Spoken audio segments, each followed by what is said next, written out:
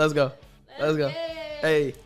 What's up, everybody? Welcome to another episode of Mommy's House. Oh, wait, that's a laugh. Dang it. I am so excited for this episode. It is such a special, beautiful day. I have an icon here, a legend, Joshua Suarez. Let me introduce to you an amazing TikToker, influencer, content creator, entrepreneur, agency owner, just leader of the nations, an absolute icon. It is such a pleasure, such an honor to have you here today, Josh. Thank you so much. That was a great intro. Thank you so much. I didn't know you knew that much about me. Dang. I stalked a little. You even Googled me. You did everything. I did some of my homework and yeah, no, thank you for coming all the way out to beautiful sunny Calabasas. There was an earthquake, by the way, 20 minutes ago. I was in the shower and I felt that. You know I hit the floor. I just, none of us did anything. You hit no floor. Okay, I'm gonna be for real. Nah. We all just went to Instagram notes. Yeah. Amazing. Well, it is such a pleasure to have you. I've known you for a while. You have helped me out in the past. You helped me book an acting job. Actually, you posted a story saying looking for Latinas, and then actually Caleb sent me the story, and I submitted, and I got the acting part, and I just will never forget. And something that we're going to talk about is friendships and helping friends out, succeed. I will never forget who was there for me, who helped me, and you helped me book that job. So I'm forever grateful for you. Thank you. Seriously. I'm thankful that Caleb was able to connect us. And that role, they even said that was perfect for you. Thank you. And that's what it's about. It's about helping out people, helping out your friends, spreading the message. And that's why you are at the position you are today. And we're going to get into that. But first, give us a little bit history about yourself. Where were you born? Where were you raised? You are Latino. So Latino, come on, baby. Yeah, Latinos here. So, yeah, I'm originally from Ohio. That's where I was born and raised. My family is originally from Puerto Rico. Yes. And my mom and my dad, they moved out to New York and New Jersey. That's kind of where then they decided to then move to Ohio. And then have us. I was like, stay in New York. Stay over there. I want to be over there, where it's at, the scene. Why did they go to Ohio? They're just it's cheaper. It's cheaper. That's why we all go to Ohio. We're all just going to end up in Ohio. It's cheaper. You get a ton of land, and you're with a lot of Amish people. Really? That's but the Amish people are cool. So cool. Yeah. I would love to go, spend a year being Amish. They don't shave their legs. Perfect. They don't shave their armpits. Perfect. Even the peach fuzz mustache, they don't shave that. I don't want to shave any of that. Just kidding. Sorry, babe. There's a lot of iconic people from Ohio. I have a lot of friends from Ohio. My music producer is from Akron. Really? Yeah. Oh, shoot. Isn't LeBron James? Yeah, Cleveland, Ohio. Yeah. A lot of, shouts out Ohio. Shane Nagy is another friend of mine who's from Ohio. Trippy Red. He's from Ohio. Red is from Ohio. No way. He lives around here. He does? Yeah. Wow. Yeah, super cool. Oh, shoot. Amazing. So you're from Ohio. Parents are from PR. Do you speak Spanish? Okay. Whoa, you're going to put me on the spot like that? I mean, if you talk to me in Spanish, I'll understand what you're saying. Y tienes ese acento boricua, como que te la sale así. Okay, I like when my mom talks to me in Spanish. I take it back. Okay. It's a little different. I do understand it, but you got to talk a little slow. Wait, say something again. Yo nací en Cali, Colombia, y me crié en Los Ángeles, California. Okay, so you're in California, and you're from Colombia. Yes. Yeah. Okay. See? Oh, sorry. I was meant to put the clap. What? Everything but the clap. Let me see. Okay. That helps. So amazing. A big thing that we have in common, we're both in entertainment. We're both in this world. We also both share our values of Christianity. We believe in Jesus. Jesus is part of our life. And so far, I've invited people that's something that we have in common. And I just want you to bring to light, tell us your background of your religion, how Jesus has played a part in your life from the past to now. I know you did mention that you grew up Christian, but you had to find that for yourself as an adult. You've had crazy encounters. So yeah, tell us where you sit at, where the history of your relationship with Jesus. So, oh, this is gonna get deep. I'm here for it. This is what we're here for. All right. So, yeah, I grew up in a Christian household, and I went to this one church with my family because I was kind of born and raised into it. And something about me is that I'm hard-headed. I'm very, I'm stubborn. And everybody always saw that as a bad thing. And because being stubborn means I'm not going to just follow with what everybody else believes. I'm not going to follow whatever anybody tells me to do or say. Nothing. Like, I'm very just myself. You know what I'm saying? And being over there in Ohio and seeing a lot of people just kind of put this face, this like smile, where they're literally just like, they walk in church and they just have a smile. They're just like this, "Hi, how's your day?" I'm like, bro, that's not real. That's not real. Like, be for real. Come on. Like, who are you genuinely, like, inside? And a lot of them would like to hide that stuff. For me, I bring everything of who I am and everything to the surface. Like, if I'm going through something, you'll see it. It's on my face. Like, it shows. And I started to kind of divot away from the church because they gave me this impression that basically I was not good enough. They were just kind of like, "Why are you like doing stuff like this? And why are you not doing things the way everybody else is?" And I'm like, I'm like, "God, am I just not like meant to be? Like, what's going on? Am I just not one of your children, you know?" Wow. And like, after then departing from that church, it's like Ohio is very small town, family town. It's very like, you don't really experience a lot, so you only know one way. And when I moved out to LA, that's when I ended up seeing that there's a lot of evil and good, like Wow. a lot. And that made me start to be like, okay, you know what? God, you I know you're somewhere. I know you're there. And I know the devil's there too. Because if God's there, then the devil's there too. So it's like being out here, you start to see that it really is good versus evil. And this state is dominated by evil. Yes. So it's just being out here made me be like, get into the acting scene. It got me into relationships that were like not very revolved around God or holy. It also like got me into social media. So it's like everything started to put me inside of this LA kind of guy. And I'm just like, okay, well, hey, I'm getting money.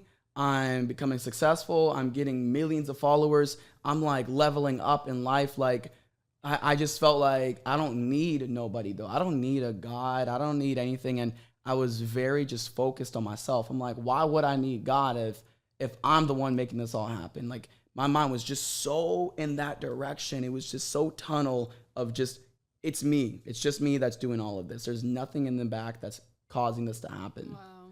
And as I started to do that, I started noticing like little things around me starting to change.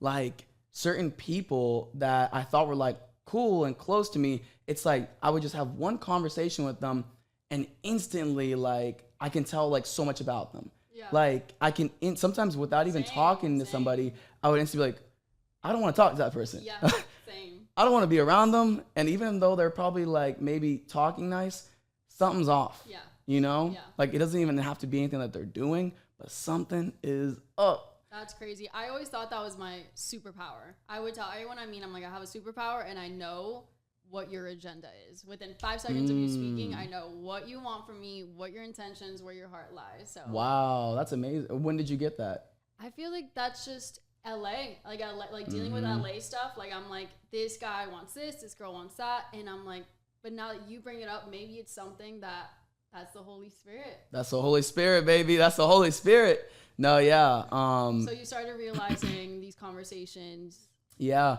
I started seeing that the people that I thought were like good and that were there for me from all this time were like, there was like things that were starting to show up. There was like certain characteristics and like certain like negativity that was being projected into me from what they're saying or what they're preaching into my life.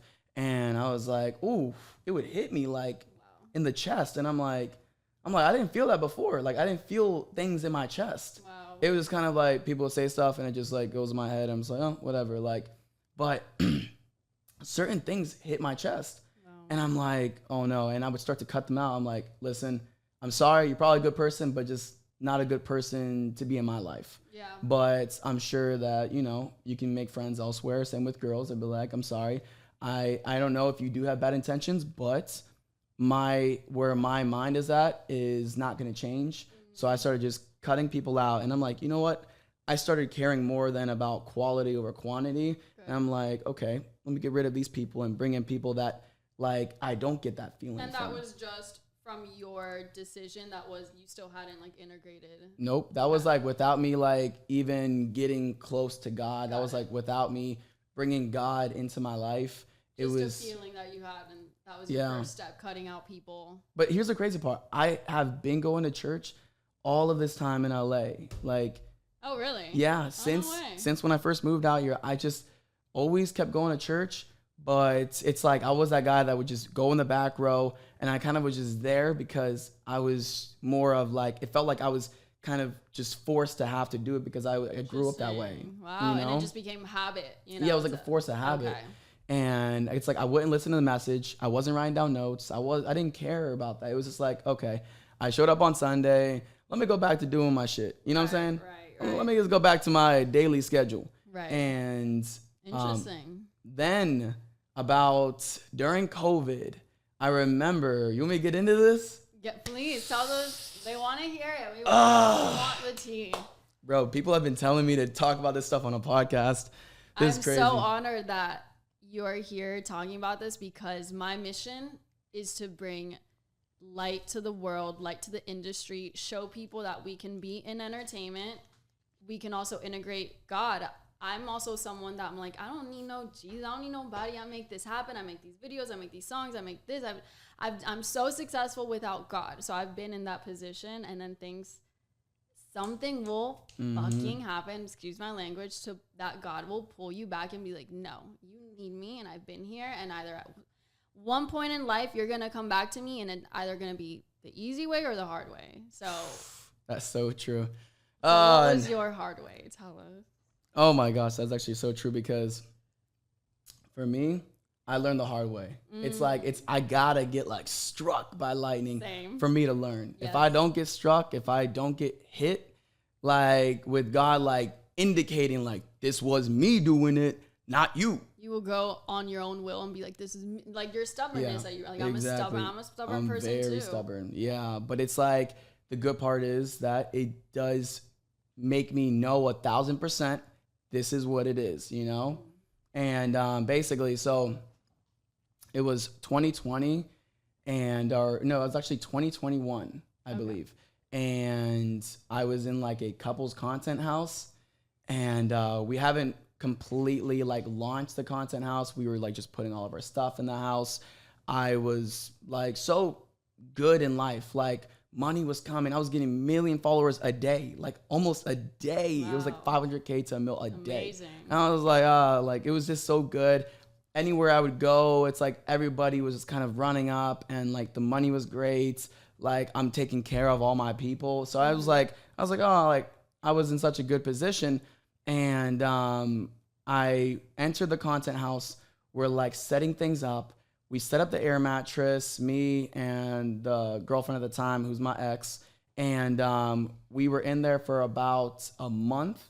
And I remember one of the nights, we had ended up going to hang out with some friends. And it just felt, I was getting lots of like just weird vibes, like a lot of like weird feelings through the day. Like even my ex would like say things, and I just got like a weird feeling. I was like, I don't know if I want to go out. I don't know if I want to, like everything just kind of made me feel like just down. I don't know. Crazy. And and we come back to the house. We go to the room. She's like brushing her teeth, and I was like, okay, well, it was like maybe 8 p.m. And I was like, okay, well, I'm just going to go to sleep right now, or I'm just going to like, I don't know. All I remember though is just me going to like, okay, I'm one of those kind of guys that like, I like to jump on air mattresses, you know? Like I just like to jump on them. I don't know. It's just fun. It's like, fun. Same with like a waterbed. If I had one, we're going to jump on it. Yeah. And I'm like standing like this, and I'm like, the mattress is behind me, and I'm like, I remember I was like, I was about to jump back, and the moment like I'm going in and I jump and I go onto the mattress, I basically go into the mattress. Bro, this is not gonna sound real. I go into the mattress. Just know I'm awake. I'm awake, okay? I'm fully awake. I go through the mattress, and I'm not on drugs, by the way. No drugs, no alcohol, no substance, and I've never had mental disorders or anything. I go inside the air mattress. The moment I go through, I land up on this like gravel rock, and I'm like, what the heck? Like underneath the air mattress is like a wood floor, but I ended up on this gravel rock road, and I was like, and I then when I hit it, I remember then I was like hit my head. I was like, what the heck? And I like stand up, I look around, and like I see the Leaning Tower. Isn't that like in Italy? What is in Rome? Italy? Is it the Leaning Tower? That's in Italy, I think. Yeah, and I stand up and I see the Leaning Tower. I was like, wait, what? I was literally just jumping on the air mattress, like about to jump in. Oh my God. It was like it was insane. So I'm like, what's going on here? Like I'm looking around, I'm seeing like, I remember seeing in the distance, like there's a fence. I never been to the Leaning Tower, but I saw that there was like a fence, like a metal fence, and there was a old guy and like his wife taking pictures of him in front of the tower. And I could smell lots of like this, like, I don't know, like a metal, like some kind of, I don't know, metallic type of smell. And I'm like, what is that smell? It's like a very strong scent, like really, really strong. And I'm like just observing, and I don't know why I wasn't as freaked out as I should have been. Like, it's just like if I just completely teleported somewhere, like what? Yeah. And I stand up, but I was still just so shook. I was so shook. And I see the guy and his wife. She's taking pictures of him. He's in the distance. He's like over here doing this. He's like putting his hands up like as if he's like holding the tower and stuff. And he does this type of stuff. And then there's other people surrounding. They're also taking pictures. So I look around, and the moment I turn around, I see war. I'm literally in the middle of war. And I'm like touching myself. I'm like, oh, you're trying to wake yourself up. Yeah, I was like trying to wake myself up. I'm like, bro, what is going on here? It's like something is up. Like, and I'm like, remember I kept trying to like pinch myself because I was like, how I knew if I was awake. Because whenever I was like ever like, I don't know, like awake and asleep, if I was like too tired and just didn't sleep, then pinching myself, I would at least be able to like feel something. Yeah, okay. Like, and it would make me like, okay, I'm good. But no, like everything I felt was in and out. It was like around me, the smells, the touch. I touched the gravel, and I'm like, I remember just being like, this is real. How did I end up here? And it was China, it was United States, it was like, I don't know, Afghanistan and Russia, and I think it was some other place. And there was a full out war like all around me. And I'm like ducking, and I'm seeing everybody like killing each other, shooting each other. There was like all this technology I'd never even seen before of like stuff in the air. And it's like these blue explosion Nova bomb things. I don't even know how to explain it. And everything is just, you see all of this different crazy stuff happening. And I'm like looking at the people. I'm like, why are they just standing there? Like, why are the people taking pictures just standing there? Why is the war? Why is this happening? Like, since when were we in war? Like, what? World War III? Come on. I'm like, dude, this is weird. Insane. And I remember then when I look back over at the people taking pictures, everybody kind of started to like freeze. Like they started to freeze. And I was like, this full movie scene. Yes. Yeah. And I started like getting goosebumps. I know I'm gonna get goosebumps. Oh, right for after this. sure. For yeah. sure. And when I look over at them, I see in the distance behind the Leaning Tower, all the way back, I see like a big black smoke come out of the ground. It was like, poof. And then it comes and it fills the whole sky, and it's just like all this black gray smoke. And I'm like, what the heck? And it was loud, but everybody's continuing with their days. And I'm like, bro, what are you guys doing? What are you doing? Just sitting around. You guys are still killing each other. You guys are over here not giving a crap, bro. Like, what the fuck, bro? Like, everybody look. And everybody is just standing there not caring. It's like they're continuing with their lives, not seeing what the evil is that's coming. And the smoke comes out. It fills the sky. The sky becomes like dark, really, really dark. And it fills up, becomes like gray. And then the sun becomes like red, okay? Like reddish color. Wow. I remember it was like a really deep blood red color. And just to note, all of this that has happened, in that I never read the Bible, okay? Like, I did not read the Bible. I was about to say, like, you're saying scenes of the Bible, like, to the T. Yeah. And I did not read the Bible whatsoever, literally. And my brother ended up giving me some history afterwards of everything I had said, which made everything completely There's literally a verse valid. for every single thing It's insane. Oh my God. And I look up in the sky, it's like a blood red, and it fills up gray and everything. And then everybody starts like turning their heads and like looking up. And then people are just like starting to like freeze. Even the people were like killing each other, but then some of them started like looking up and seeing the sky becoming gray and dark, and like a smell that was just really, really strong. And then this is where everything changes. Then in the distance, there was these figures, these things like that shoot up out of the ground. It was like, and they go up in the sky. And the moment those things started shooting up in the sky, it was something where instantly, like the best way to describe it, you know how like you go on a daily, you just continuing with your day, and you go on a sidewalk and you kill ants and you kill things that you don't even know that you're stepping on. And like, it doesn't hurt you at all, right? Because you're just going on your daily thing. Everybody, you're driving a car. You know how many bugs and different things you're killing? Yeah.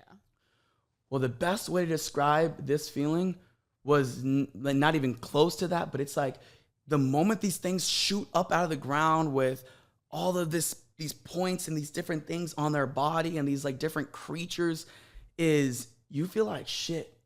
It makes you just want to just shit. Just you literally feel like you're less than the value of a piece of shit, bro. Wow. Like, I don't know how to explain it. Like, don't think like to yourself like, oh, like it's unworthiness. Yes. Okay.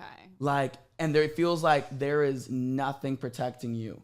Wow. Like, you are by yourself now. Like, it's now just a feeling like, I get anxiety just from thinking like. Yeah. It's like whatever was in you before has left. Wow. And now something new is coming out.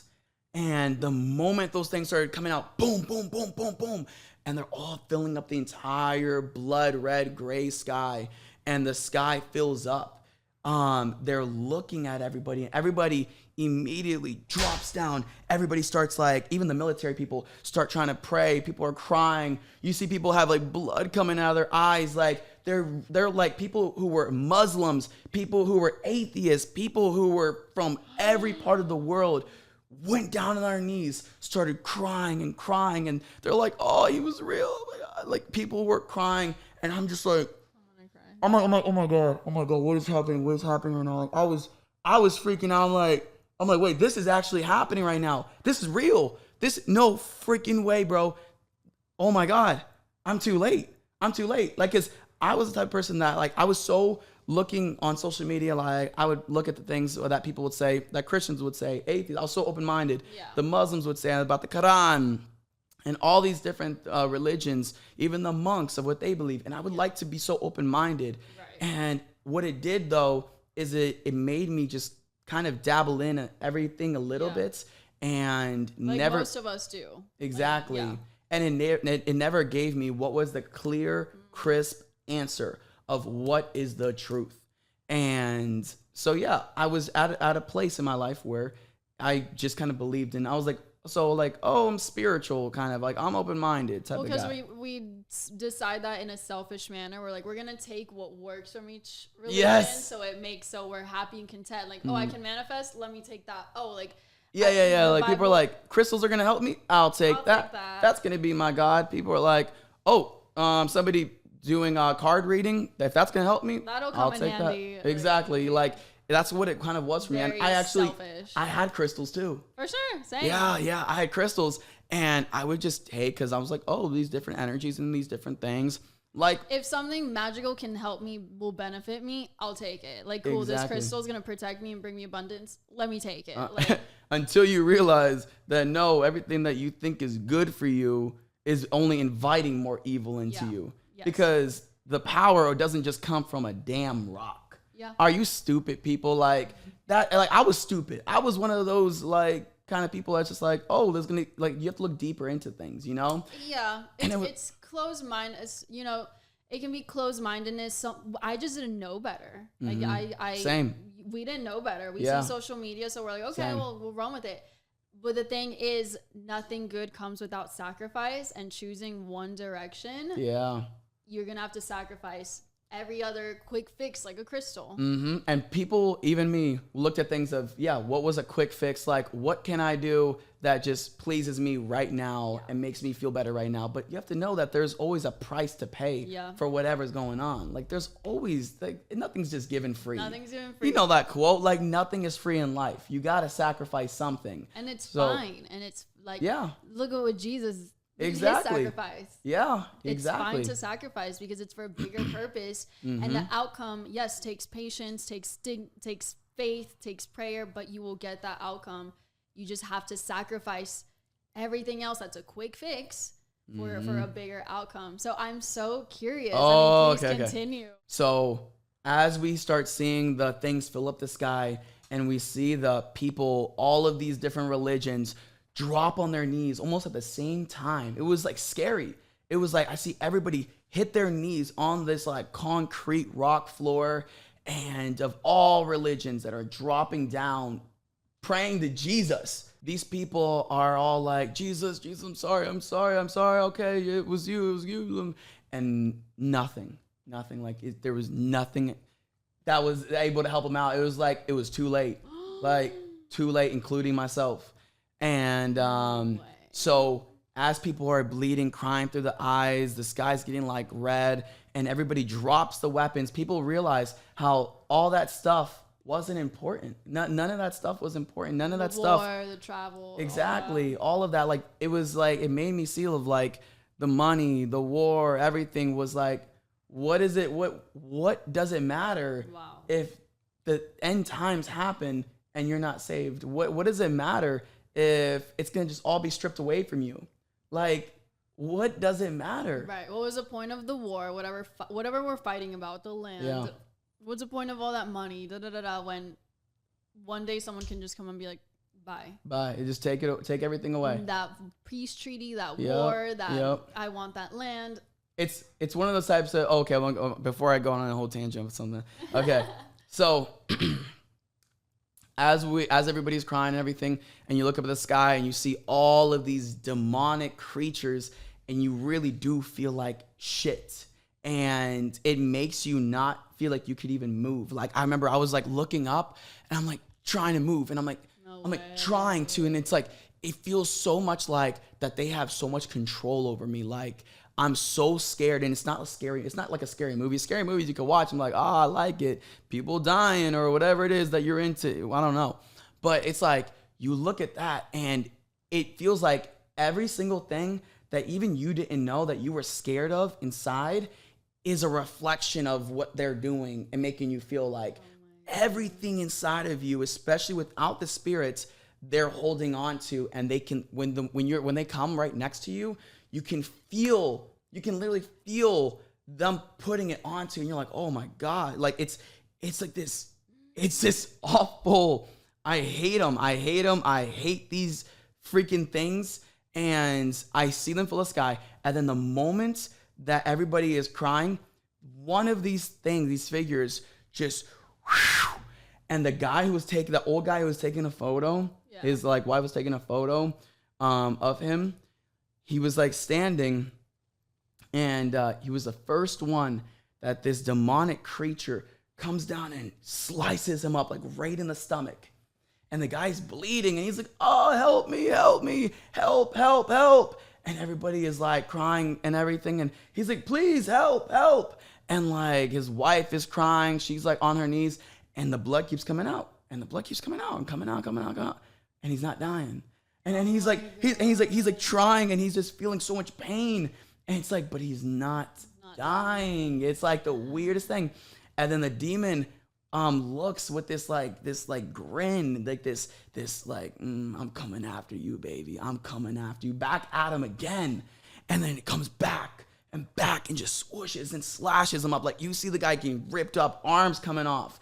And the guy's still just there. So literally the flesh is gone, and it's just literally like a thing inside of him of just being tortured. Okay. It's like they just ripped him apart to get to that center of his spirit to just attack him, bro. And the guy, you could still just see him just being demolished, and all you could hear is this faints of like, help, help, help, like, and it was bad. And the moment I started then seeing the two demons then just start just brutally, like, I never seen something, no movie, no nothing in the world can show me what I saw there of like just somebody being just demolished and like the veins of everything. It was so bad. And I remember I was able to get enough movement in my legs to kind of pick up one after another. I'm like, okay. I'm like freaking out. I'm like, because I don't want them to see me. And I'm like, okay. And I'm like trying to take a step, and it feels like 1,000 pounds underneath me. And then finally, I was able to like start moving again, moving, and I start running. And behind me is like this apartment structure. Okay. And this apartment structure, I don't know if it was like 32 stories or something, but I run over to the apartment structure. Random thing. They said 32 when you said 32. Wait, really? Yeah.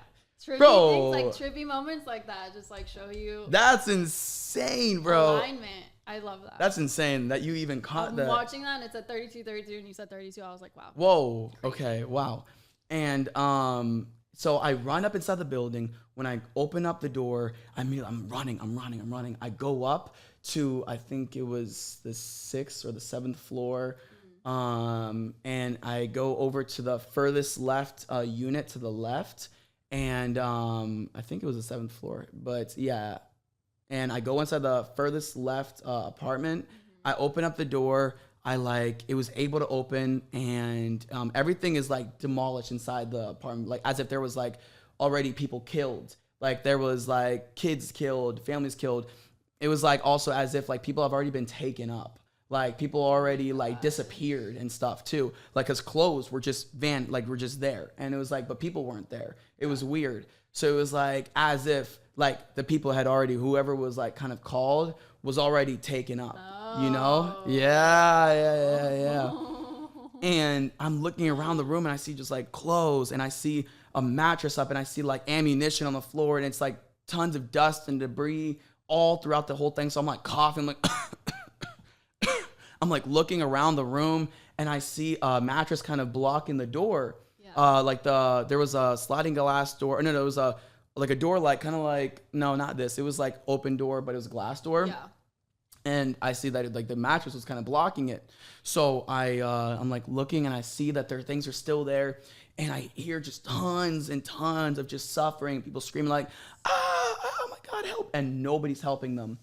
And I'm like, oh my God, this can't be real, bro. This can't be real. Right. I run to the bathroom. I start slapping myself. I start hitting myself. I was doing I beat the shit out of myself. To try to wake up. To wake up. I was like, no, this can't be real. Like, why am I here? Why am I here? This makes no sense. I was about to jump inside an air mattress and ended up here. Like, nothing is making sense to me, bro. Nothing.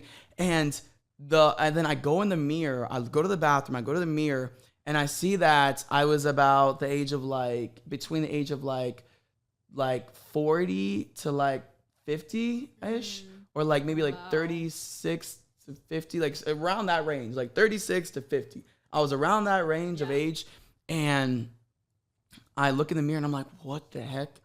I'm like, I was just 20. Yeah, exactly. I'm like, bro, I was in my 20s, bro. What is this? And I see I have gray hairs in my hair, and I'm like, oh God, what is going on now? Oh, it's so scary. Oh yes. And I'm like, did I, like, in my mind, I'm still trying to like find like a better answer to like make myself feel better. I'm like, maybe I just like, I don't know, fell asleep and somehow ended up here or something. I don't know. I was trying to make myself just feel better. I was giving even at that moment. Accidentally ate a shroom chocolate. Yeah, exactly. I was like trying to give myself reasons, bro, still. And that's like the whole just side of me. And I was like, bro.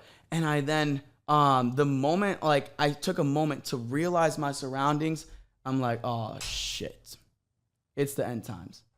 Oh, so I'm in the end times. I realized. I'm like, this got to be the end times, because why else? I'm at this point. I'm like, okay, God, I get it. This must be the end times. Wow. I don't know what the end times is, but obviously this is it, because I don't know how much worse it can get at this point. Yeah. And I remember then I look out, because I was kind of already just so done. Like I was like, damn, I wasn't following him. I was trying to find reasons to just hate on God. I was trying to find reasons to just validate myself. I was trying to find reasons to make myself feel better, be my own God, be my own religion. Yes. That's exactly what I was doing. I was making up my own religion for myself. And so that there's no like, to take away other responsibility. You know, like there's not a God, so I don't have to worry about anything else but myself. That takes so much pressure off. Yeah, exactly. And because lots of times, like I was one of those people that would kind of believe in like, you know, like love everybody, and like if you're just a nice person, then your frequency will just end up in heaven. Like all this bullshit. And I'm like LA and people and stuff, and I'm like, and it makes me so mad, because they really brainwashed me, bro. LA brainwashed me so well without me even knowing. Yeah. And till this day, it makes me so mad that I was that stupid and that naive.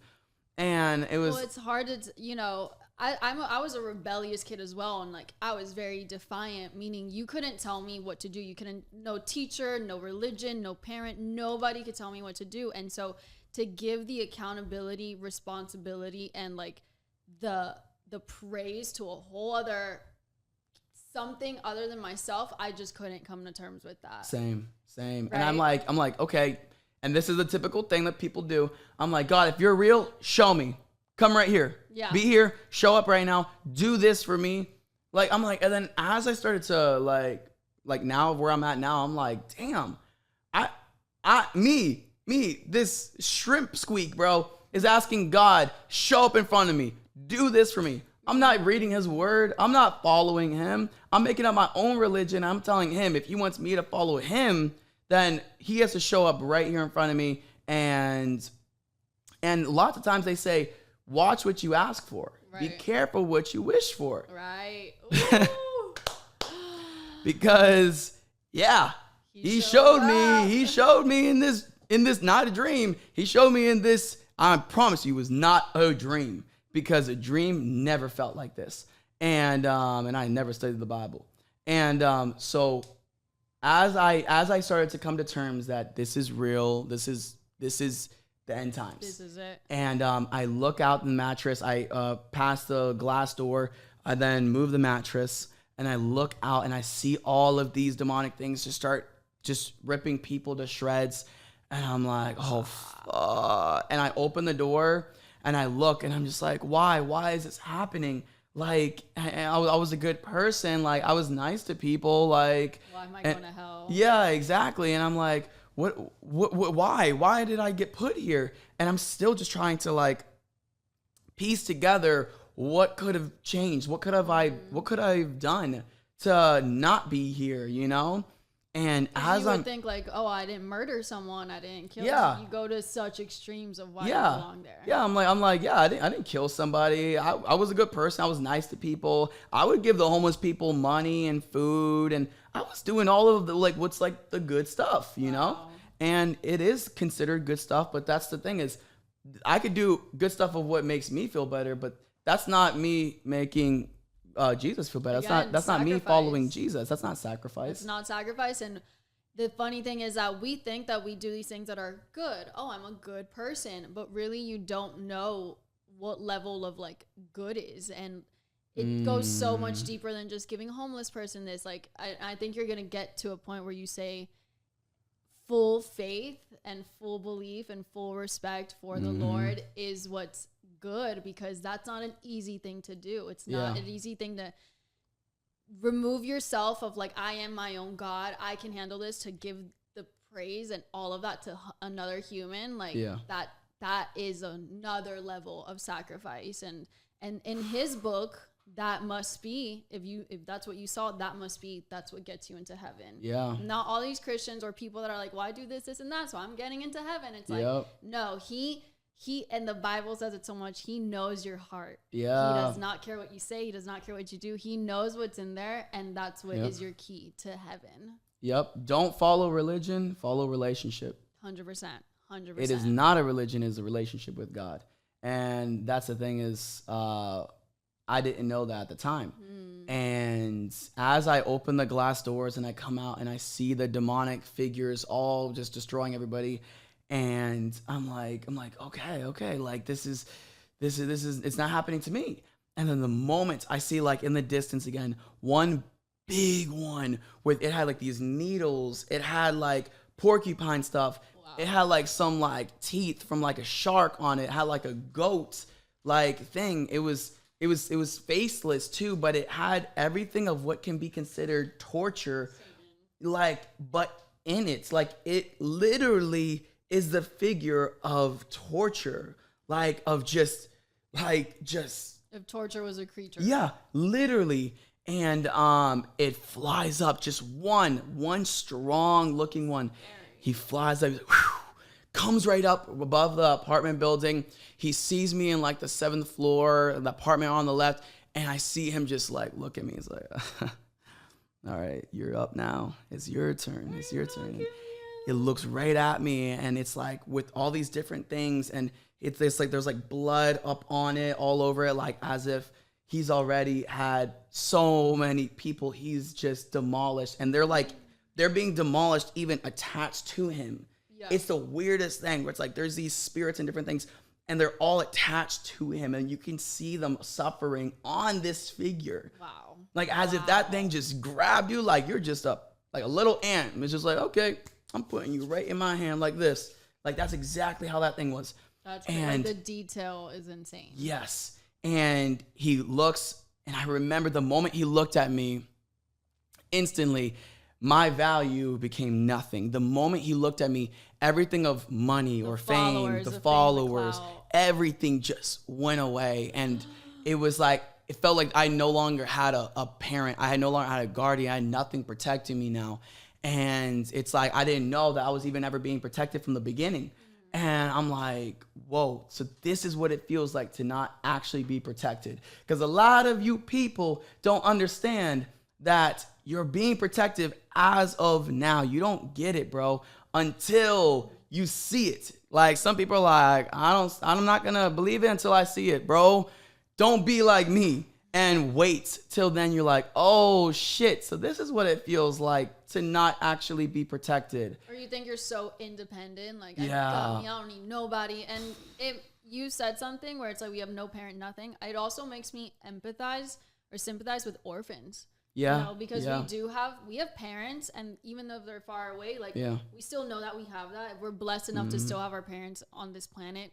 Cool. We still know we have mom, we have dad, we have family with this, but even if you don't have that, you have a father, you still feel that like strong presence of someone that's protecting you, caring you. So I can't imagine the fear of having everything stripped from you. Every protection, anything stripped from you. And that's exactly what you feel is now you are no longer being protected, and you know that you don't stand a chance against this thing. You don't stand a single chance in a billion years. This thing has the energy, has this everything about it of negativity and just torture that you know, all right, it's my turn. That's exactly what I kind of felt something. I was like, it's my turn. And I then see the thing kind of charge up like it's about to come down at me, this big ass thing. And I immediately just kind of duck. And it was because it was like in a 0.5 seconds. I remember I was only able enough to just go like this, like just this. And at a moment I kind of just did this, and I was like kind of like covering myself. Instantly, I remember as the thing is coming down and I had this quick time, I was like, God, I'm sorry. It was like a quick thing I was able to say. And I was like, God, I'm sorry. like as quick as I can. And instantly, like I got goosebumps. Yeah. And it was like the moment I just spoke his name and I felt the thing come like right here up on me, right here. The moment I felt it, because I wasn't looking, I was like, I'm not gonna fucking look, bro. I'm not gonna look.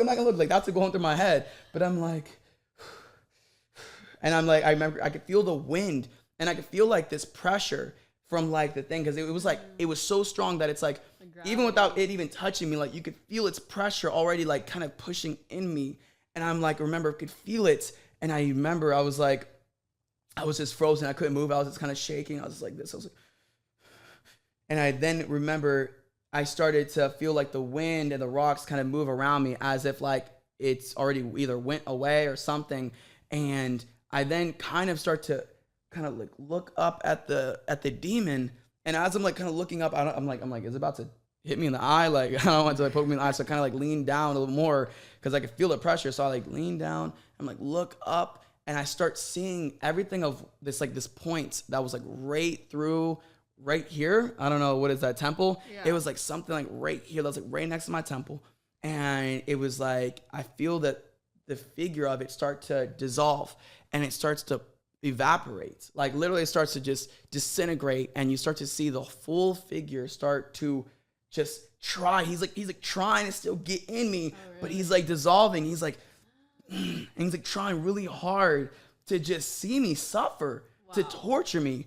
And he had no ounce of care or remorse or anything. Like his goal was me, me. Like he was after me. Yeah. Like it was like every sin of mine, he was like, it built him up and gave him this energy. Everything, every sin I did, everything of me, selfish. Like, yeah, everything of me just focusing on myself was actually me feeding that demon. Wow. When I thought I'm feeding myself, but I'm feeding that. And he just starts to disintegrate and his whole figure then just, it just disappears. And then I'm like, and I put my head back down. I was like, oh, hell nah. And I'm putting my head back down like, not today, okay. Let's see. And I remember then I kind of like look up and everything around me starts like, everything starts to just dissolve. Like the people, the war, the people taking pictures, the Leaning Tower in Italy, everything in front of my eyes. I start seeing everything dissolve, lifting up, and I'm seeing green grass. Like it's like a full thing of green grass. Like this whole scenery. Like that, yeah, but way more beautiful. Like you can't even describe it. Sure. And it was like there was like these hills and hills and hills and hills. And they just went on endlessly. And it was like, I'm like, what is going on, bro? And I'm seeing like. Are you feeling any relief though? That like, you're still it was, yeah. It was, it was a crazy relief. Okay. Oh, it was like, but it was like more like, it was like a relief, but still felt like, is this? It's not over. Yeah, is it over yet? Or is this like a game? Yeah. Like, so I'm kind of like. Level 2. Yeah, exactly. I'm like, okay, like, this, did I advance to next round or something? Like, what's going on here? And so I see the full green grass and I see everybody disappearing, dissolving. It's like as if now I'm placed in a new spot. And I'm no longer on this balcony on the 7th floor. I'm like now back in this grass and I'm like still kind of leaning and I still then like, I'm like looking around and I see the grass and I see the sunsets and the sky is clear. There was like 2 clouds in the sky. And I remember as I'm looking toward like the distance, I see like just this light getting brighter. So I'm like, okay, it's gonna, and like I get up, like the sun? Yeah, the sun, and like it gets brighter and stuff, and I stand up and I start just walking in the grass and I start feeling it. And I was like. I'm like barefoot too, and I'm like feeling everything. I was like, oh my gosh, this is amazing. Because now I'm like, I feel safe. I felt so safe, so safe. Wow. And as I like keep walking, I go into this hill, and I sit down on this hill, and this is where like it kind of like forever changed my life. And so I go and I sit down on this hill. And as I'm sitting on the hill, for the first time in my life, God talks to me. He talks to me, but he doesn't, it's not through the sun, it's not through the grass. He talks to me through everything around me. Wow. Like through the wind, it was through the sky, it was like pulsating. The lights was pulsating, like everything was kind of just, wow. And in every pulsating thing, I can hear him talking. And it was like, and I was like, God, why did you do this? Like, oh man, I'm such an asshole. Oh, but I was just like, God, why did you do this? Like, are you trying to like do this to me? Like, you want me to suffer? Is that what you want? You want me to suffer? No, anyone would be frustrated and not an asshole. Like, I would be like, what the fuck? Yeah. I'm like, what's going, like, damn, bro. Like, why did I have to go through all this shit? And then the pulsating and the talking, the wind and the everything, and God says, he was like, I didn't do this to, his exact words were, I didn't do this to upset you. I didn't do this to want to see you suffer. God's like, I did this because I wanted to show you where you're going to end up without me. And I was like, oh. I was like, oh, dang, that was strong. That was really strong. Wow. He was like, I wanted you to see. He's like, and I know how you are, Joshua. You are one of the most stubborn people I know. And he's like, so I had to show you this type of way. Wow. He's like, I don't show people this, but I want you to see. He's like, that this is how it's going to go. He's like, I didn't tell you a time or a date. He's like, but you know that this is where you will end up if you continue your life the way you're doing your stuff. Like, you continue stuff that way, that's where you're gonna end up. He's like, so he's like, but I love you. He's like, and I know because you're stubborn, I had to show you this way. Wow. He's like, you wanted me to show you, and I showed you, and now you're mad at me. He's like, because he's like, you want me to reveal myself, and wow. I show you exactly what will happen if you don't put your faith into me and trust me. He's like, and this is where you're going to end up. And he's like, you're here talking to me now and you're upset, but did I not now just show up? Did I not now just show you where you'll end up? He's like, I'm literally showing you your future if you keep going down this wrong path. I was like, I love you, God. I love you, God. You're real. I get it. You're real. You're real. Wow. You're real. You're real. I'm like, fine. All right. Like, I know I'm stubborn, but yes, you're real, and I'm so sorry. And then, like, we just started, like, that, because that was my first time actually hearing his voice. Yeah.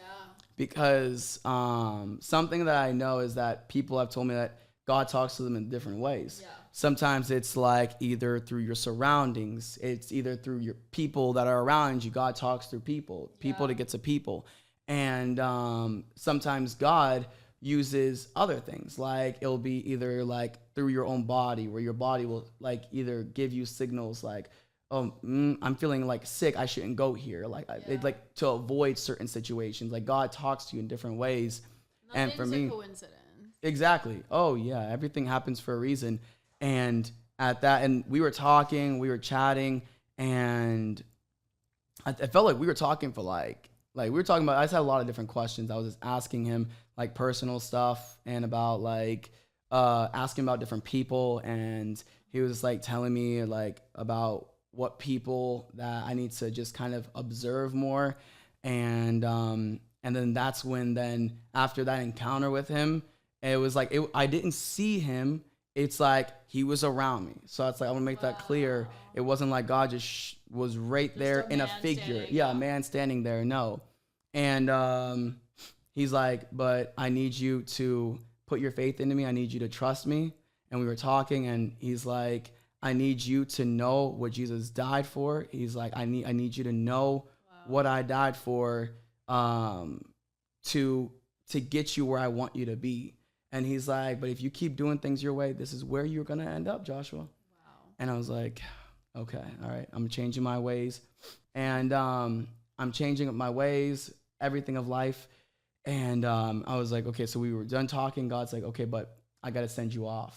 I was like, damn it. I was like, wait, no, this is nice though. This is nice. And he was like, no, but like, you got to go back now. And I was like, not the teleport. yeah. And I was like, okay. I was like, all I remember then is after we finished like concluding talking and everything, I end up like completing that fall. Bro, I complete that fall on the air mattress. But the weird part, this is where things don't make sense. I complete the fall on the air mattress. You hit the mattress. Yeah, I hit the mattress on my side of the bed. I was like on my side. The mattress was a big mattress, and it was enough for me and my ex. So I jump and I hit the mattress on my side, and she kind of like wakes up, and I was like, wait, what? You were just inside the bathroom like brushing your teeth, like what's going on? And she was sleeping, and it was like the time was like 3:33 or something, or 3:30, and actually no, it was exactly 3:30. It was exactly 3:30 in the morning. Yeah. And it was weird because it was when I jumped in the bed in the air mattress, it was 8 p.m. Right. So I make this math start mathing. This is not mathing up. And I'm just like, she like woke up. She's like, what the heck? And I was like, what? And she's like, you just like woke me up and stuff. I was like, wait, what? Like, I was like, what was this going on? She was like, I don't know. I like, you just literally just jumped on the mattress right now. I was like, dude, this is not making sense right now. This is not making sense.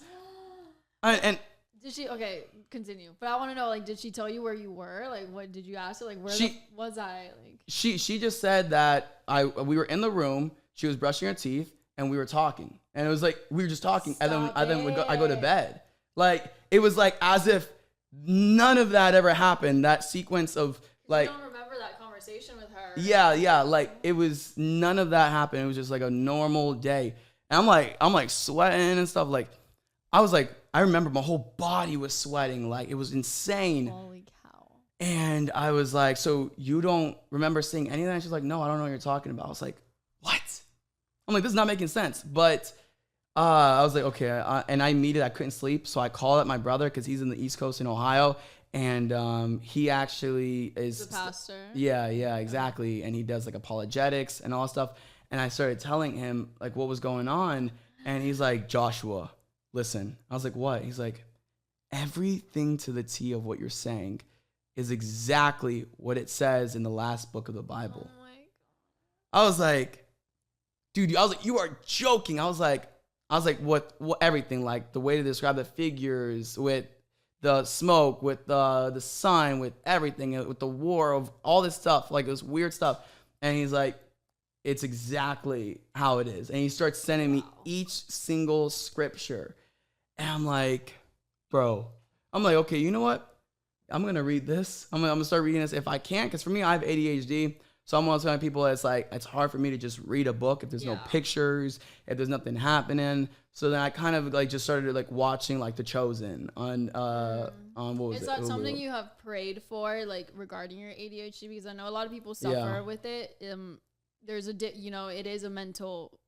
Yeah. Right. Is that something that you've tried to take to like God and? Yeah, I've talked to him about it, and it was something that he feels that like, but God doesn't classify it as, I guess, ADHD. It's more of that he allows certain things for me to continue to have, because of the fact that that crippling thing that I have is also what causes me to keep pushing myself. It's a superpower. To then be like, no, I have to do this. Yeah. Like, because it's like, yeah, I know I'm not going to then focus and then be like, oh, shoot, I'm not focusing. But that puts me in a place of realizing I'm not focusing. You know what I'm saying? Yes. If I didn't have ADHD, I would just be going about my stuff, and it wouldn't put me in a new place where it's like, no, I got to work harder.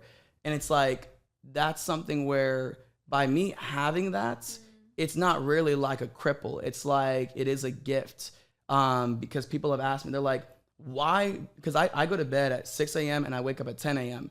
And people ask me, they're like, why? Like, why do you do that? Like, what is it? And it's because in the middle of the night, like, that's when I can fully dive in and focus. Totally. Like, that's when Nobody's communicating with me at 1 a.m. to 6 a.m. You have no duties for nobody. Nothing. So you can just no. Yeah. Most people that I know and most successful people that I know have ADHD, and once they hone it in, it's a superpower.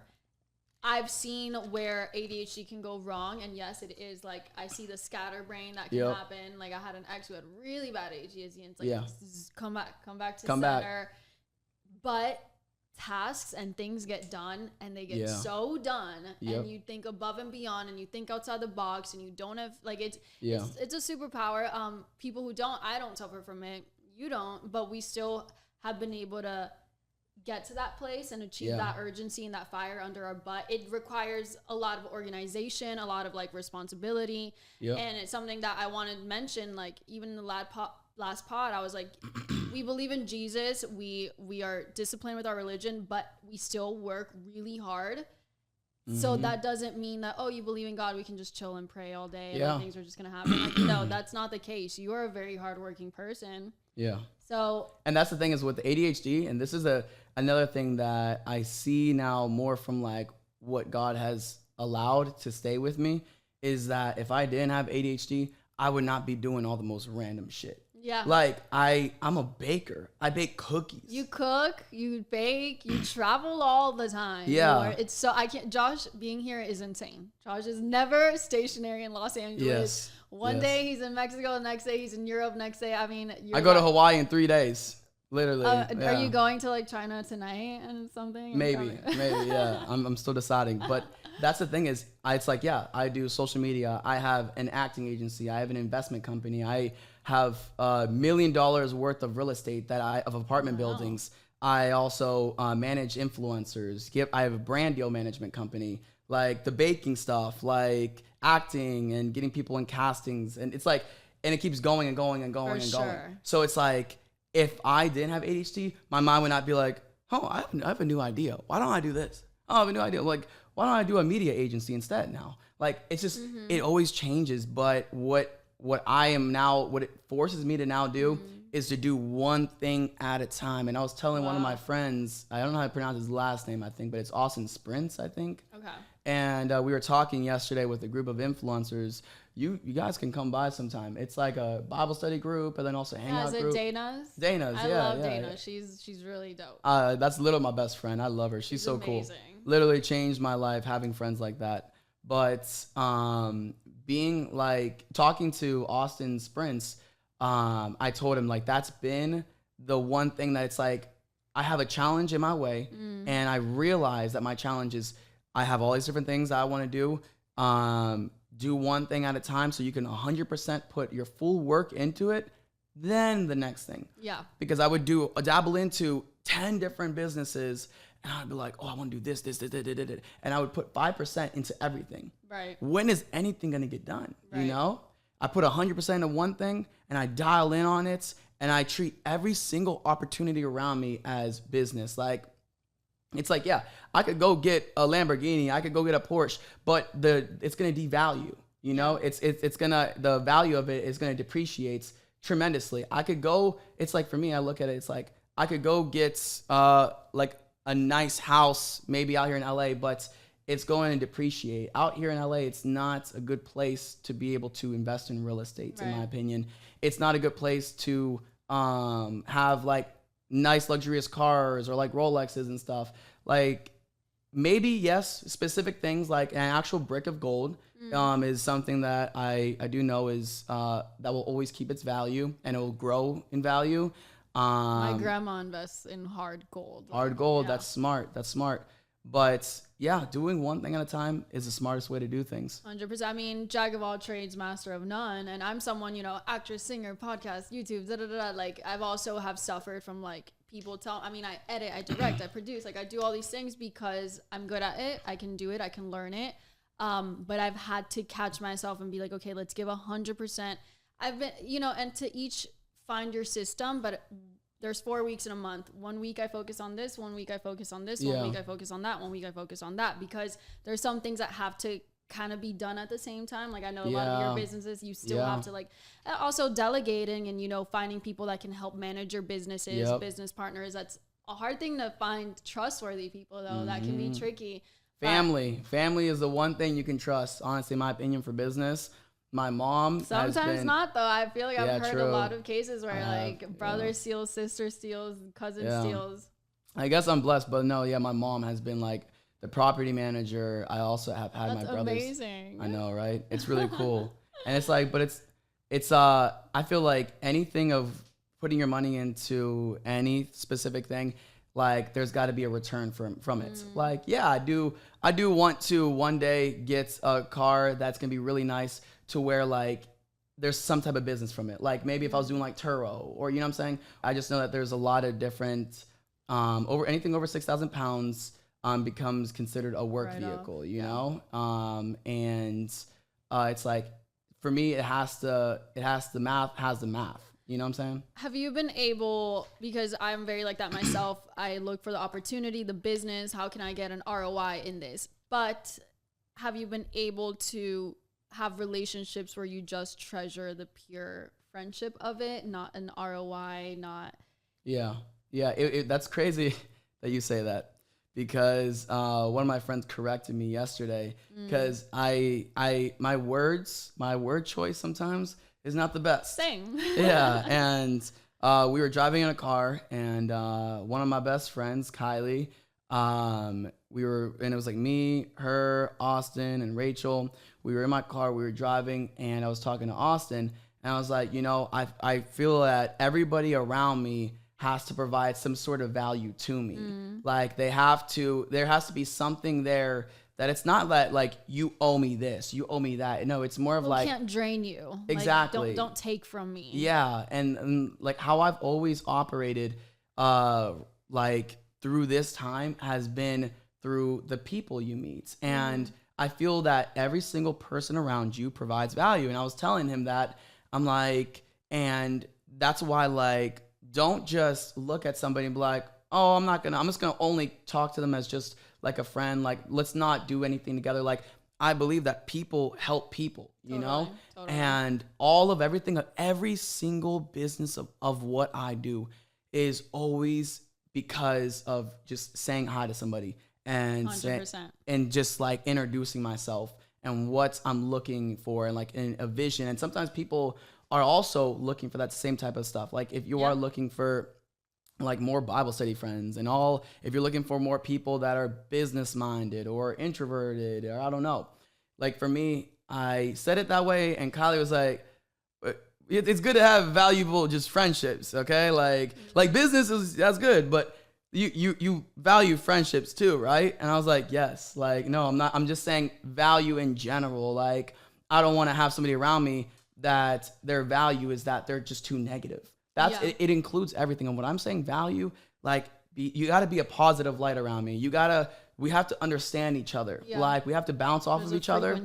Exactly. Like it's got to be something where it's equally yoked. Like the value of what I'm saying is that I'm not going to give my all to a friendship and then that person is not balanced on the same level with me. And they're just kind of like, well, I'll take, you give me and I'll receive. Like, then we're not valuing each other the same amount, you know? Yeah.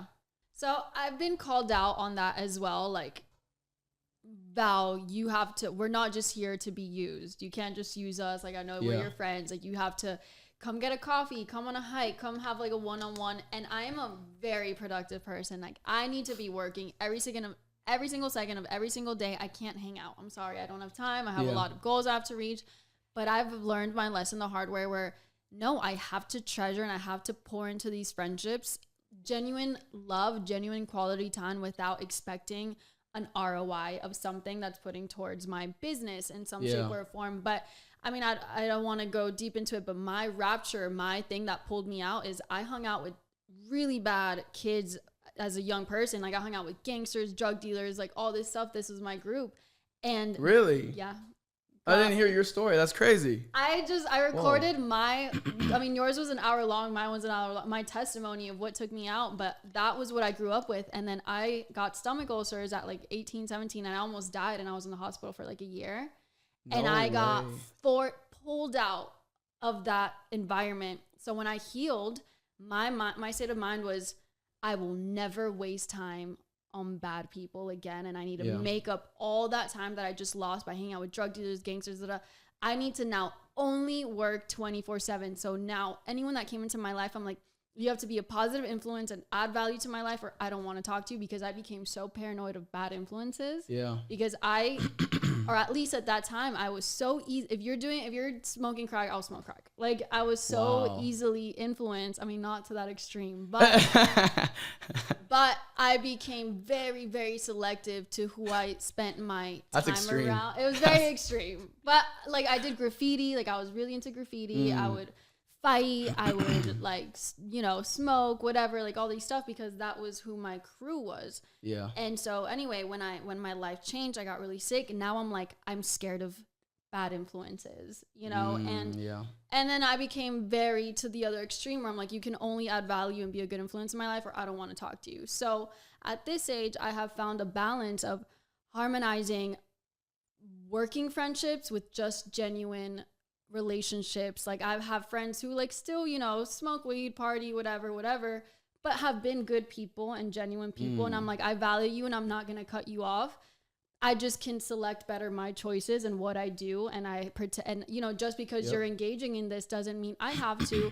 And we can go on a hike, we can go get a coffee, but I still pour into that because that's someone who like poured into me and like was still there for me. So I've been able to not be so extreme with where like you have to add value to my life or else I'm not talking to you. Just be mindful of your actions, of your time, of how you work, how you hustle. And the fact that you said, I'm going to bed at 6 because during whatever 2 to 6 a.m. I don't have to deal with pouring into other people, So you found your like. And that's the thing is like, for me, I am one of those friends. And everybody has, even recently, has said this about me, that it's like, okay, I could say it because they did say it about me first. Is that they have said that for me, anytime we go somewhere, if we go to Barley's or wherever, or Barney's, if we go there, it's like, and people that come tag along be like, hey, can we also get in with you? And I'll just be like, yeah, tag along. Like, I make sure my people are taken care of. You know what I'm saying? Totally. Like, it's like, don't worry. You're with me. I'm gonna make sure you're taken care of. Like, I'm like that dad figure in the group that like, it's like, I won't go in. I won't go have fun until I know my people are with me. You know what I'm saying? And it's like, so I made sure that a lot of my friends got in, and then they ended up telling my best friend. They're like, did you know that this night I was hanging out with him? Like, he let us cut the front of the line with him, and he didn't go in until the guy gave us back our IDs and like made sure that we were in.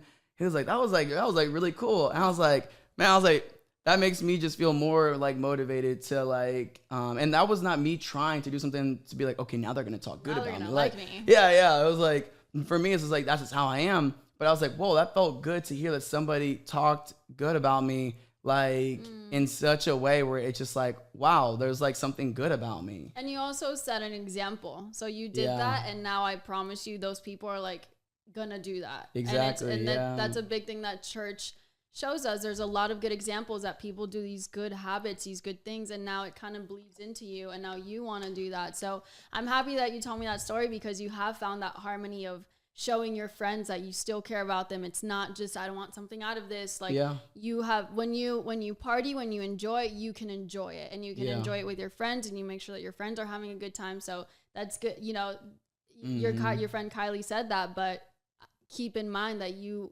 do that, and you do care about your friends, and you're not just waiting for like a type of ROI.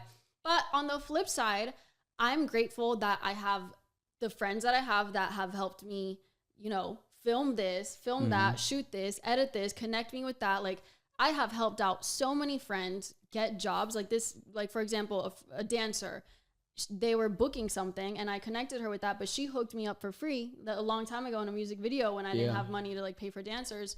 But it's like, I pay that forward. So I feel like you do that too. Like, you have your friends that have helped you build your agency, your company, but you're paying forward, and you're like, look, if you invest in me, you're going to get your ROI. And I take care of my people. Like, that's like my mission statement is take care of your friends and they'll take care of your future.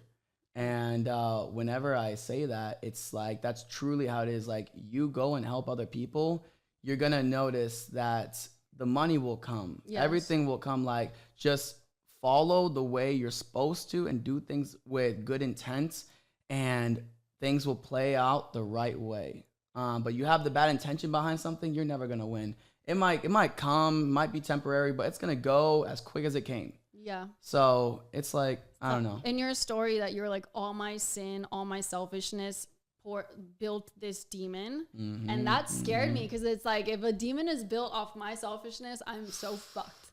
Yeah. And it's like something that people don't realize is how these like demons and things are built. It's like, you know how sometimes you might like feel like an evil spirit or something, I don't know, in a house like that. That happens to me all the time. It happens to me all the time. And for me, it's like a lot of times like I'm like, okay, now I'm like, I rebuke it in the name of Jesus. You have no authority. You must leave in the name of Jesus.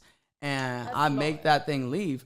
But the thing is that demon that it's like a 6-foot demon that I've seen, this black shadow demon that I've been seeing, like, is built off of any time that I'm doing something I shouldn't be doing. It shows up when I'm doing things I shouldn't be doing. Because I'm not a perfect human, but it's like, I know to then repent, talk to Jesus every night, and when I see it, I command it to leave, but it's built off of me. Yes. And it's like I'm getting mad at the demon that I'm literally building. I'm feeding off of who I am and being selfish and stuff, and I'm basically inviting it into my house.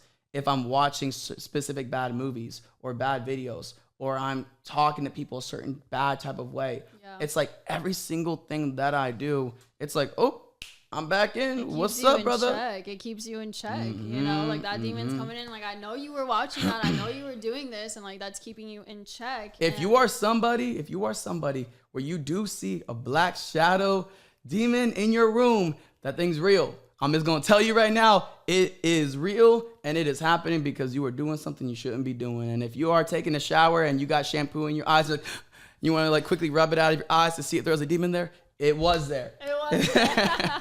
Yes. Oh my goodness. Okay, so I want to kind of go through these super quick. All right. You fasted for God. Yes. You did a 7-day fast. I followed you kind of when that just started happening. Really quick. Yeah. What was your experience? What was your outcome? What was your reasoning? Okay. So, I did fasting because originally I had heard stuff about how it has all these like health benefits to it. It can help you out to heal yourself. It can even cure stuff like dementia, Alzheimer's, cancers, tumors, and all these different things. It can help with blood. So I was like, oh, this is really cool. I should do it. And nothing pushed me to do it. But then a lady at my church had got breast cancer. And she was like very far in the stages where she was on, what is that? Stage 4 or something. Like, what was the stuff that you take for cancer? Chemo. Okay. She was on chemo, and it was very strong. She was bald and everything, and it like very depleted of energy. And I was like, okay, I'm gonna do this, and I'm gonna tell her also to do it with me. But she didn't really have the energy to do it, and it just kind of like was just like, well, if God wants it to happen, it'll happen. Yeah. So I did it for her, and I fasted for 7 days, and what I noticed was a lot for myself as well.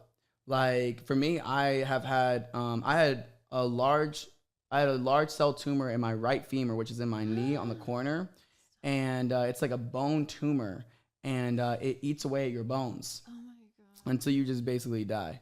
For me, I got blessed because back in the past I was able to have a full knee replacement and be perfectly able to still do my sports and boxing and activities.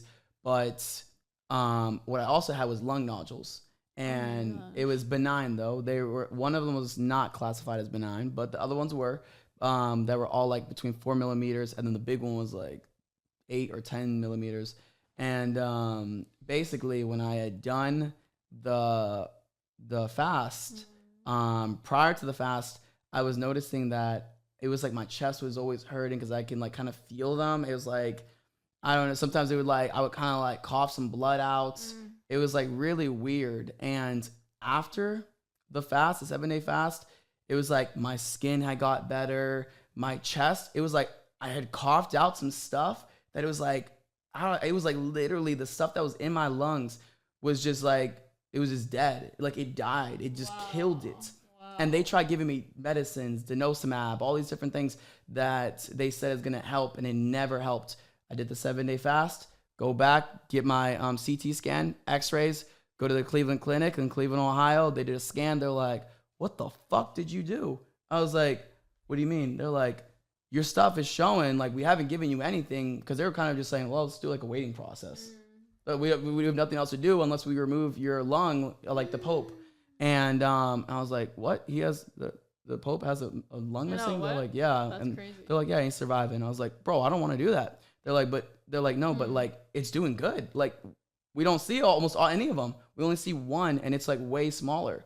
Wow, and I was like, whoa. Josh. So the fasting honestly has been good for me. And then I also noticed for the woman I was fasting for breast cancer, she ended up like her hair came back, and she's back in church, a full thing of hair. Oh my And God. that wasn't me. That was God. I'm just saying. But like, that's so sweet. I can't, like, for you to do this fast for someone else, for someone else's health, is so selfless and such a sacrifice, and God sees that, and that is so beautiful. What a beautiful example of like charity and of giving. And I know I from stalking your Instagram, you do a lot of charity work, you give back to the community, you help out kids, which is so beautiful. I mean, I love seeing that in entertainment from an influencer. You know, we are technically pretty much Gen Z, we're like in that area, and I encourage and I challenge people to find ways to give back, find communities, find charities, wherever, however you can, fasting for someone, like these things that's amazing. That makes there's got to be like a good intent behind it. And because some people will say like not eating is going to kill you. You know what I'm saying? Some people will be like, not eating is going to create health issues. No, not eating made my metabolism quicker, made my health better, made everything so much better for me. Like that, I'm like, this whole thing people try to teach around you is bullshit. It's complete bullshit. My last sermon, the last sermon we went to, was fully on fasting, and we really? Actually, we read everything on fasting, and so our church is fasting every Wednesday, and we're gonna join it and do a Wednesday fast and see how I suffered from stomach ulcers because I didn't eat well, not because of like, oh, like I want to be skinny or anything. Like I just, a lot of stress, whatever. So I'm a little bit scared of fasting because my stomach, if I stop eating, my stomach thinks I'm going into like starvation and like it freaks out.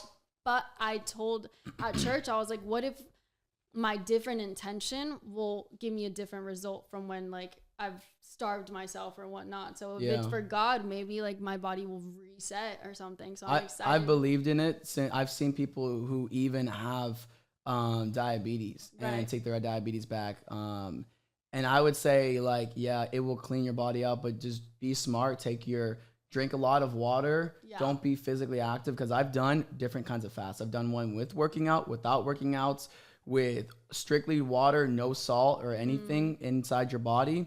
And I will say that the healthiest one is to lay low, drink water, read the word, and watch The Chosen. And like, I love The Chosen. I love The Chosen. Yeah, but I think you definitely should do it. But really pray about it to see like what it feels like, because you will go through ketosis after 3 days, 72 hours, and you will feel a lot of energy. But in the beginning, before 72 hours, it's gonna feel like hell. Like, I've done juice cleanses and stuff, so. Oh yeah. But last thing, I saw you met Elon. I love Elon. Yeah. Meeting. Did you get to talk to him a bit, or? Not really. It was one of those types of things that was like, I was like, hey, like I kind of waved, and he was like, so cool. Yeah, like he kind of waves, and it was an opportunity that I couldn't miss. For sure. Like when I didn't even know who was gonna show up. We were in Texas, and the people who were trying to promote their movie are actually friends with him, friends with Elon. So he showed up at their premiere, and it was a lot of different things going on over there. There was like Roadhouse that we were promoting, and then there was also that one. No, that was different. Oh no, that was a different one. Okay. That was in London. Yeah. But it was so cool being able to like. Cool. It is a dream of mine to meet him. Actually, the next guest I'm having is Elon Musk. Hopefully, but it's a good friend of him. So, really? Yeah. So that's really cool. You're getting there. Getting there. But anyway, it's been an hour and a half. We've had beautiful conversation. Thank you for sharing that amazing, profound, life-changing testimony story. In a way, I'm like, wow, that's scary you went through that, but also like lucky. Yeah. Like lucky you that you had that such one-on-one encounter. But Jesus and God finds his way to people that he really wants. He's like, you are my son. I want you with me. You're my daughter. I want you with me. And if I have to do it the hard way to bring you back, I'm going to do it. And you went through that. And that's so gnarly. Thank you for sharing that story. And thank you. Thank you for coming. You gave such beautiful tips, such beautiful advice. You are proof that you can be successful, that you can integrate Jesus into your life. Do you have any last tips, last words, anything you want to leave the people with? All I would say is really just watch your friends and watch the people around you, because that is going to be honestly where it's going to take you in a wrong direction or a right direction. So, and that's been something that on a daily basis, I'll kind of try to just kind of like peek out for to see like if I notice anything. And yeah, so just be true to yourself and be true to people around you, and don't change for nobody. Even in the acting industry, they tried changing me, bro. I'm like, no, fuck you, bro. I'm going to be myself. I'm going to show God. I'm going to do everything the way I want to. You don't want to hire me for that gig? Fuck you. I'm going to be me. And they're like, a lot of them are kind of like, oh shit. Okay, bro. Yeah, okay. Just the way you want. Okay, yeah. I love that. Stay true to yourself, and if it's meant for you, it'll happen. If it's exactly. not, Jesus has a better plan. Exactly. Beautiful. I would love for you to end us off with a prayer, if you don't mind. How does this like? Oh, fuck you. Go fuck yourself. Thank you, Jesus. Oh, shit. All right, here we go. God, thank you for allowing us to get here safe. And God, thank you for allowing us to be able to have a good podcast stream right now, and for allowing me to put this message out there. And thank you for allowing her to invite me, and us to all be able to just get to know each other and hear a piece of her story, God, and for her to hear a piece of mine.